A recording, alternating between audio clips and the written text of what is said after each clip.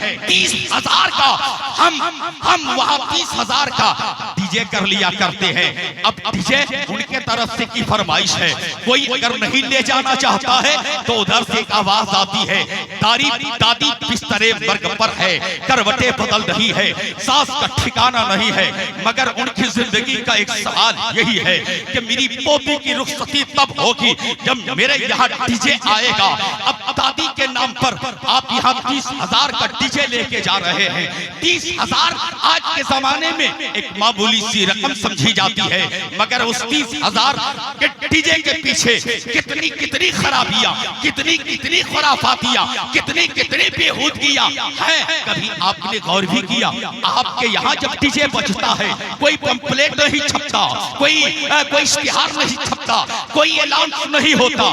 DJ की एक ऐसी आवाज है, ऐसी धमक है, जमीन कांपने लगती है। और ऐसी जगह में कोई अगर हार्ट का पेशेंट पहुंच जाए तो वक्त से पहले ही कहीं उनका निधन हो जाता है। ऐसे हम करते हैं जहां 2 लाख रुपए के डेकोरेशन आप करते हो, जरा और नबी कायनात की मुकद्दस फरमान को आप समाप्त करो। सहाबाए किराम से रसूल कायनात सल्लल्लाहु ताला अलैहि वसल्लम ने फरमाया, हे सहाबियों, अच्छी जगह कौन सी है? तो सहाबाए किराम बारगाह रिसालत में अर्ज करने लगे, या रसूल अल्लाह, आप ही बेहतर बताएं, या रसूल अल्लाह, बेहतर जगह कौन सी है? आप फरमाएं। अल्लाह के रसूल फरमाते हैं, सुनो, अगर तेरे गांव में, तेरी बस्ती में कोई मस्जिद है तो मस्जिद अल्लाह का घर, मुकद्दस जमीन है, मुकद्दस घर है, मुकद्दस जगह है। सुनो, जब तुम्हारे या बेटा या बेटी सियानी को पहुंच जाए, शादी के दिन आ जाए, तो बेहतर जमीन तलाश कर लिया करो। कौन सी जमीन है? वही जो तेरे घर के करीब मस्जिद है, जहां 5 वक्त अजान की आवाज़ें आती है, जहां फलाह बेबूदी की और कामयाबी की दावतें दी जा रही है। एक मुअज्जिन खड़े होकर कहता है, हय्या अलस सलाह, हय्या अलस सलाह, आओ नमाज के तरफ, हय्या अलल फलाह। इसी में कामयाबी है। बड़ी बिल्डिंगें खड़ी करने का नाम कामयाबी नहीं है, बैंक बैलेंस जमा करने का नाम कामयाबी नहीं है, प्लेन पे सफर करने का नाम कामयाबी नहीं है, ट्रेन से सफर करने का नाम कामयाबी नहीं है, बड़ी बड़ी दुकानें सजाने का नाम कामयाबी नहीं है, बल्कि कामयाबी का ये है कि आओ अल्लाह के मुकद्दस घर में आकर तुम थोड़ा सा वक्त दे दो, रब को खुश कर लो, रब को मना लो, खुदा तुझसे राजी हो जाए। कामयाबी इसी में है, कामरानी इसी में है। अगर वो मस्जिद है, नबी फरमाते हैं कि वहां मस्जिद पहुंच जाओ। और वहां जरूरत क्या है? बस 2 मोतबर गवाह की जरूरत रहा करती है। हमारे यहाँ शादी ब्याह के जो रसूम है, मैं इस पर थोड़ी सी रोशनी डालना चाहता हूँ। वक्त नहीं है कि मैं तफसीली गुफ्तगू करूँ। आज हमारे यहाँ खुराफात, हमारे यहाँ बदतमीजियाँ, हमारे यहाँ बेहूदगियाँ, हमारे यहाँ न जाने कैसे कैसे नित नए रिवाज देकर हमने अपने माशरे और माहौल में खराबियां पैदा करके रसूलुल्लाह की अज़मत और रसूलुल्लाह के फरमान तरीक़े मुस्तफ़ा को भूल गए हैं। यही वजह है कि तरीक़े मुस्तफ़ा को जब हमने भूला, गले से मुस्तफ़ा की का तौक़ हमने उतारा, दिल से मुस्तफ़ा का प्यार हमने छोड़ा, रसूल कायनात की बातों को सुनना हमने मायूस जाना गवारा न किया। उलमा से मोहब्बत है, उलमा के करीब बैठना, उलमा की सोहबत में बैठना अपने आप को आर समझने लगा। तो फिर होता क्या है? जुल्म सितम का बाजार हमी पे गर्म होता है, मस्जिदें हमारी छीनी जाती है, दरगाह और खानकाहों में हमारे हाल ये हो गए हैं कि गैर मुसल्लत होने के लिए नित नए तरीके हर में इस्तेमाल करने पे लगे हुए हैं। आज के आज हमारे गलत रस्म रिवाज को गले लगाने की बजाय नबी फरमाते हैं मस्जिद में आ जा, दो मोतबर गवाह ले ले, एक काजी साहब है। अब ऐसे वक्त में आपने मुफ्ती मुकर्रम अली शाह सिमना को आपने दावत दे दी, हजरत आप तशरीफ लाए। अब वहां 2000 आदमी के जमा करने की जरूरत नहीं पड़ती है, 200 आदमियों को इकट्ठा करने की जरूरत नहीं पड़ती है, सिर्फ और सिर्फ 2 मोतबर गवाह की जरूरत है। वो 2 मोतबर गवाह क्या होना चाहिए? अब जब सारे के सारे काम तैयार होने लगते हैं, एक आवाज उठती है, लड़की के तरफ का एक गवाह चाहिए, लड़का के तरफ का एक गवाह चाहिए। कोने से आवाज दे रहे हैं, हाँ हाँ, लड़की का वो खालू जो दुबई में रहता है, अपने भांजी की शादी में, सारू बेटी की शादी में आए हुए दुबई से, उनको गवाह बना लिया जाए।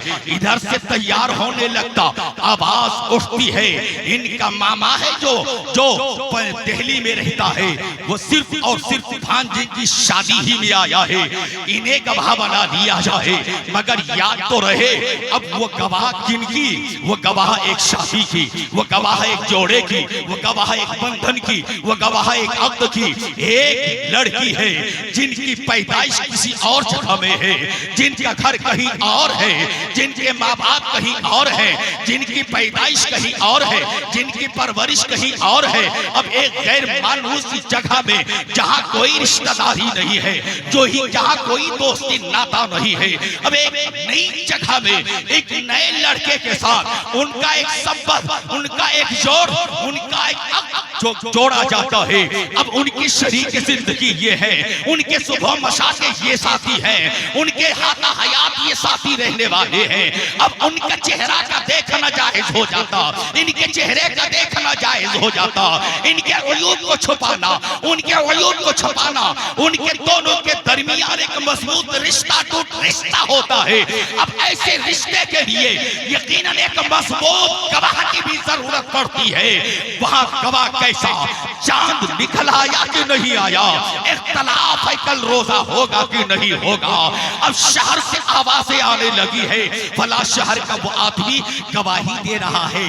तो ऐसे वक्त में यहाँ के मुफ्तियाने किराम फरमाते हैं कि वहां जाया जाए, उस गवाह को देखा जाए, जो गवाही दे रहे हैं, आया वो बाशरा है कि नहीं है, आया वो तक़ी परहेजगार है कि नहीं है, आया वो तकवा शियार है कि नहीं है, और उनकी जिंदगी कैसी है, समाज में उनका विकार कैसा है, लोगों में उनका मान सम्मान कैसा है। चलो चलकर देखते हैं। अगर वो देखा गया, लोगों से पूछा गया, तो बताया कि ये नमाजें कज़ा करते हैं, देखा गया कि ये जमात कज़ा करते हैं, सुना गया कि इनकी बातों का एतबार नहीं है, तो उनका एतबार नहीं होगा।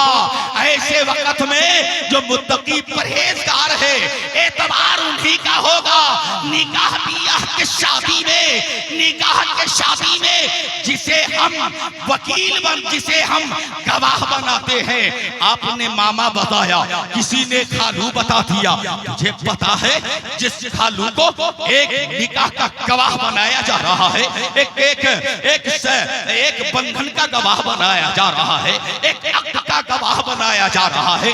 आपको पता है दिन में कई हजार झूठ बोलते होंगे, उनसे लोग कैसी नफरत करते होंगे, न जाने कितने हजार आदमियों को उन्होंने धोखा दिया होगा, कितनों के सामानों को गबन कर लिया होगा, कितनी बार शराब पिया होगा, कितनी बार मैखाने को आबाद किया होगा, न जाने कितने बार उनके तरफ से लोग खतरे और परेशानी में पड़ गए होंगे। कभी उनकी जिंदगी का मुहासबा आपने नहीं किया है, यकीनी तौर पर बात देखने की जरूरत है।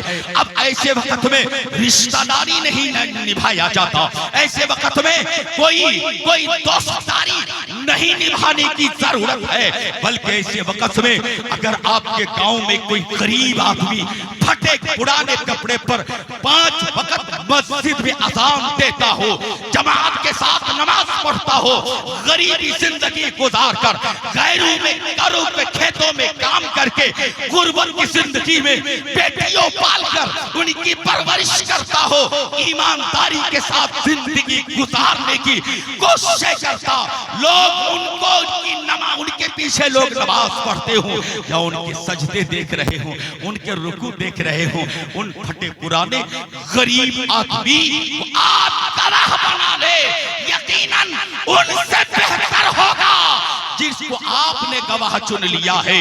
फिर ऐसे वक्त में हम लोग उनके दैन महर का एहतमाम करते, सोचते दैन महर क्या होनी चाहिए। निकाह में कभी आपने गौर भी कर लिया है? गैरों को देख रहे हैं, गैरों के महल को देख रहे हैं, गैरों की जिंदगी को देख रहे हैं, गैरों के कारखाने को देख रहे हैं, गैरों के कामों को देख रहे हैं। यकीनन ऐसा नहीं है, बल्कि ऐसे वक्त में महर है, ये महर का मामला ये है कि उतना दिया जाए जितना महर वो उसके बोझ को बर्दाश्त कर सके, क्योंकि ये दैन है, इसे अदा करना है। आज हम अपने तमाम दोनों तरफ के लोगों के बीच बैठ लेते हैं और बैठकर कहते हैं दैन महर कितना होना चाहिए। आवाज उठ जाती है ये 51 अशरफिया, अशरफिया हमने देखा नहीं है, अशरफियों का भाव हमें मालूम नहीं है, अशरफियों की कीमत हमें मालूम नहीं है, मगर सिर्फ बोलना रहता है 51 है। अगर किसी ने कहा कुछ कम कर दिया जाए तो फिर यही होता है कि फला का इतना और उनसे कहीं ये तो ज्यादा है, इनका उतना होना ही चाहिए। हम वो नहीं देखा करते कि इनकी कमाई क्या है, इनका मकाम क्या है, ये कुछ कमाता कितना है।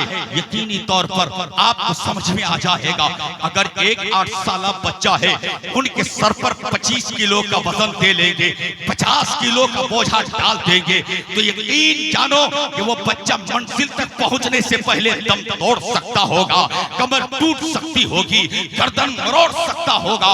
आपने उनके साथ गलत किया है, जो उनके कांधे पर, उनके सर पे आपने उनकी हैसियत और विकत से ज्यादा आपने वजन डाल दिया है, वो मंजिल तक पहुंच नहीं सकता है। इससे पहले के उनका खात्मा हो सकता है, इससे पहले के कोई हादसा का शिकार हो सकता है। ऐसे ही अगर कोई आदमी 100 रुपए कमाने वाला और 300 रुपए का खर्च होने वाला, वो हमेशा मकरूज रहा करता है। ये 30 अशरफिया, 20 अशरफिया जो हमने मुहर में बांध दिया है, ये 10,000 कमाने वाला अब एक बीवी की परवरिश करेगा, माँ बाप की वफादारी करेगा, घर का खर्च निभाएगा, कमाएगा, उसी पर सारा दारोमदार है। कब वो अपना खर्च पूरा करेगा, अपनी बीवी के हक पूरा करेंगे या उनका दैन पूरा करेगा, जिंदगी खत्म हो जाएगी। ये दैन खत्म नहीं हो सकता है, इसलिए उनके मुताबिक की जरूरत है कि हम पहले हम उनकी जिंदगी को पढ़ें, पहले हम उनका मुहासबा करें, पहले उनकी कमाई का हिसाब करें कि यकीनी तौर पर अगर हमने जो उनके सर बांधा है ये उसको पूरा कर पाएगा कि नहीं कर पाएगा। हम यहाँ भी हमने खता की है, यहाँ भी हमारी गलतियां हो जाती है। और उसके साथ साथ शादी के मामलात में जब आप आएंगे तो खुराफात हमारी ये है, मैंने पहले कहा लजीज खाने का एहतमाम करना, आप मेहमान का सम्मान कर रहे हैं, वो जरूरी है। एक डेकोरेशन आपने करवाया, आपका शौक पूरा हुआ, मेहमानों के दिल बहलाने का आपने एक बड़ा एहतमाम कर लिया, आपने कुर्सियों का इंतजाम कर लिया, अपने मेहमान का मान सम्मान बढ़ाया, उन्हें जमीन पर नहीं बिठाया बल्कि उनके बैठाने का इंतजाम आपने कर लिया। ये भी बचा है 2 लाख की मवेशी आपने खरीदी, लजीज खाने अपने मेहमानों को खिलाया, यहाँ तक भी ठीक ठाक है। मगर कुछ ऐसे गलत काम हम अपने शादियों में किया करते हैं, क्या जरूरत है, जिससे कोई मुनाफा नहीं, जिससे कोई बेनिफिट नहीं, जिससे कोई फायदा नहीं है। 30,000 का हम वहाँ 30,000 का डीजे कर लिया करते हैं। अब डीजे उनके तरफ से की फरमाइश है, कोई अगर नहीं ले जाना चाहता है तो उधर से एक आवाज आती है, दादी बिस्तरे वर्ग पर है, करवटें बदल रही है, सास का ठिकाना नहीं है। मगर उनकी जिंदगी का एक सवाल यही है कि मेरी पोती की रुखसती तब होगी जब मेरे यहाँ डीजे आएगा। अब दादी के नाम पर आप यहाँ 30,000 का डीजे लेके जा रहे हैं, 30 30,000 आज के जमाने में एक मामूली सी रकम समझी जाती है, मगर उस 30,000 के डीजे के पीछे कितनी कितनी खराबियां, कितनी कितनी खुराफातियां, कितनी कितनी बेहूदगियां है। कभी आपने गौर भी किया, आपके यहाँ जब डीजे बजता है कोई पंपलेट नहीं छपता, कोई इश्तिहार नहीं छपता, कोई ऐलान नहीं होता। डीजे की एक ऐसी आवाज है, ऐसी धमक है, जमीन कांपने लगती है। और ऐसी जगह में कोई अगर हार्ट का पेशेंट पहुंच जाए तो वक्त से पहले ही कहीं उनका निधन हो जाता है। ऐसे वक्त में जब डीजे बजने लगता है, गांव की औरतें डीजे के पास है, गांव के बच्चे डीजे के पास है, गांव के जवान डीजे के पास है, बिस्तर पे लुढ़कने वाला बीमार वो भी डीजे के पास आ जाता है। और आने के बाद सुनता ही नहीं है, बल्कि हमारे छोटे बच्चे उस डीजे के सामने हो जाते हैं, हमारे जवानों की कतारें लग जाती है और फिर एक दूसरे को धक्का देने लगता है। पहले तो उंगलियों में जुम्बिश पैदा होती है, फिर कमर में लचकाहट पैदा होती है, फिर उनके सर हिलने लगते हैं, फिर पूरा बॉडी अब अपने आप में झूमने लगता है, फिर ऐसे के बेहुदा गाने लग जाते हैं और उन गानों में मेरा जवान अब लचकने लगता है, मेरा जवान नाटक का मेरा जवान डांस करने लगता है। सिर्फ ये नहीं कि हमारे जवान बेटे नाचते हैं, जवान भाई नाच रहे हैं। हद तो ये हो गई है, अपनी गैरत को जरा आवाज से, हमारे समाज में कितने बुराइयां हैं। हम कहते हैं ये फैशन का दौर है, हम कहते हैं ये फैशन का जमाना है, हम दूसरों को हेच नजर से देखा करते हैं।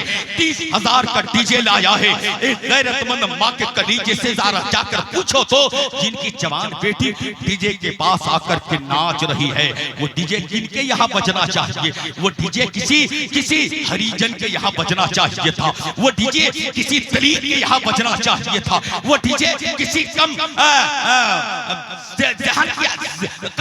फहमो फिक्र के यहाँ बजना चाहिए था। मगर आज पढ़े लिखे लोगों के खलियान में डीजे बजता है। अच्छे परिवार की औरतें वहां आकर के नाचने लगती हैं। जब एक गैरतमंद बाप का बेटा नाचता होगा, एक गैरतमंद माँ की बेटी नाच रही होगी, तो कलीजा पकड़ कर बैठ कर कहे, काश ये बेटा या बेटी जन्म न ली होती तो अच्छा होता। जब एक गैरतमंद बाप, मगर कुछ ऐसे हैं जो अपने आप को महसूस करते हैं कि हम बहुत बड़े हैं, हमारी फिक्र बहुत बड़ी है, हमारा ख्याल बड़ा ऊंचा है, हमारा ख्याल बड़ा प्रवास करता है, तो वो बेटियां नाच रही हैं, बच्चे नाच रहे हैं, बाप बेटा नाच रहा है, माए और बाप उनका कैमरे में कैद करता है, मोबाइल से उनके नाच को मोबाइल में कैद करता है, फेसबुक और व्हाट्सएप में उसे वायरल करता है और कहता है दुकानों में, और देखो ये मझला बेटा है, क्या गजब का नाच रहा है।